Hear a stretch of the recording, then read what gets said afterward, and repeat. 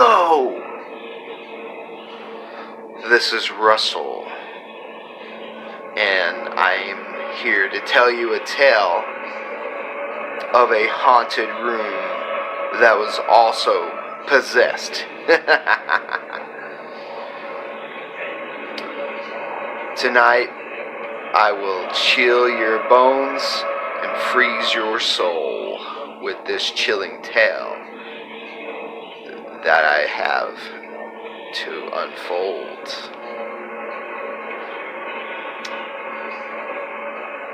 Follow along with me, and if you are afraid at any time,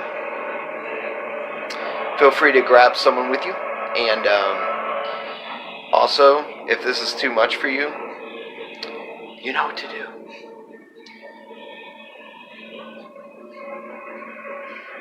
A long time ago, when me and my sister were living together with my mother, my sister and I, along with her friend Melissa, decided to stay at Melissa's house out of town.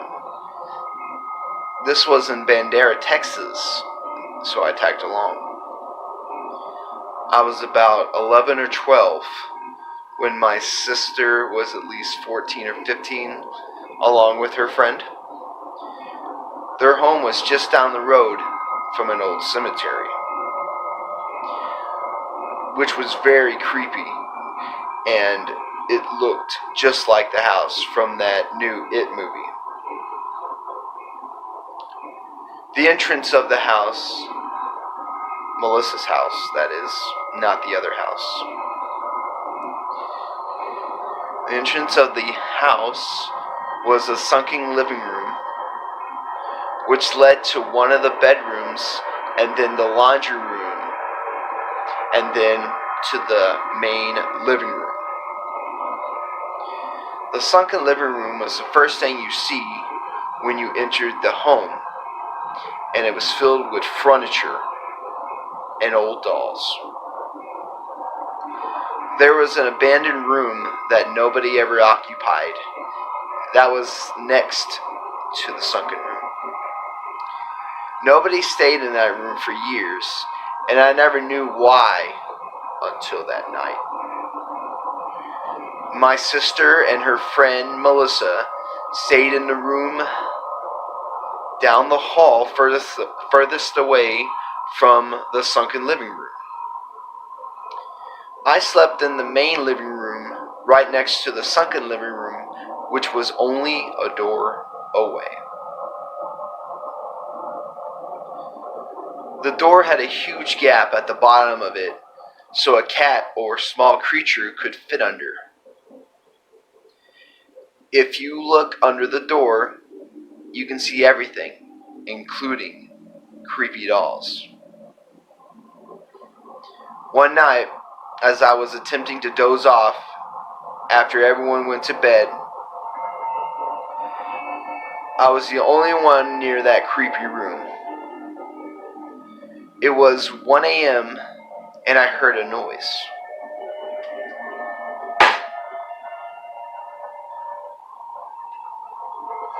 I tried to ignore it, but it continued, and it came from that sunken living room. I very slowly looked under the door to see what it was, and I had noticed some of the dolls were in a different location than they were last time I saw them, and some were on the floor. So I assumed either someone was playing a trick on me, or there was a cat that no one knew about. So I went down to the other end of the house to wake my sis and her friend, and I asked them if they had owned a cat or if they were awake, because I wanted to make sure it wasn't one of them. My sister's friend had told me she didn't own a cat, so I asked if anybody else lived there or stayed in that room, and they said no, that that they had the house to themselves that night. So this scared me a little. I told them that I heard that the dolls were moved, and my sister and her friend laughed and thought I was joking with them.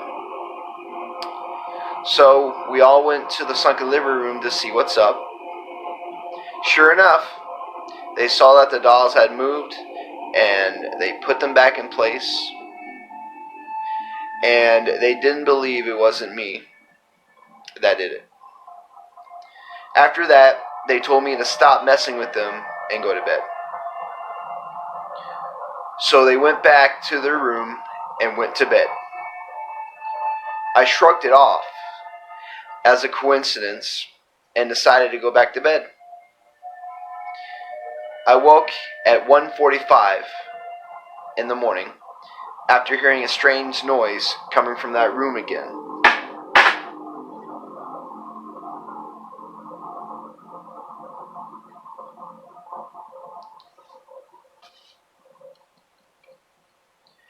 So I slowly went to the door and looked under.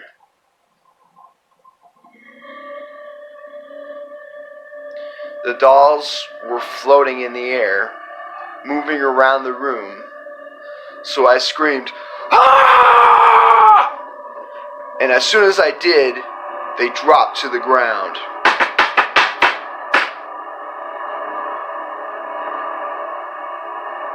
I ran to my sister's friend's room and woke them up. I was so scared, I was in tears and I was shaking. My sister and her friend Melissa both looked at me with confusion, and it took me several minutes to calm down to tell them what I saw. The first thought that came to my mind was there was someone playing a prank on them, so we all headed to the sunken room to check it out. They didn't see anything unusual or find anything in the living room. So they checked the abandoned room, and a feeling of dread surrounded us. It felt like a migraine and the weight on my body. Ugh. Melissa, my sister, and I looked around the room.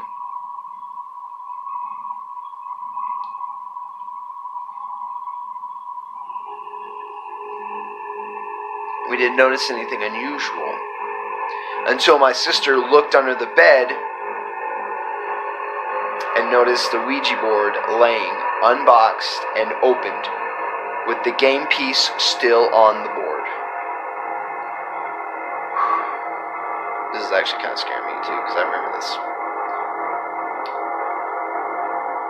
The particular Ouija board had the word "here" on it, where the game piece was hovering over. Ah! Haha, gotcha. We all were scared and took the Ouija board outside and down the road away from the house and threw it into the field.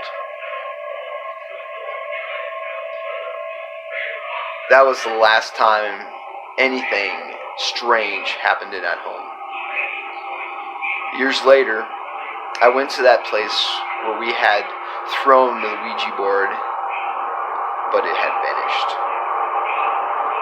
I assumed it had been disposed of, but the back of my mind, whatever possessed that Ouija board, could still be out there.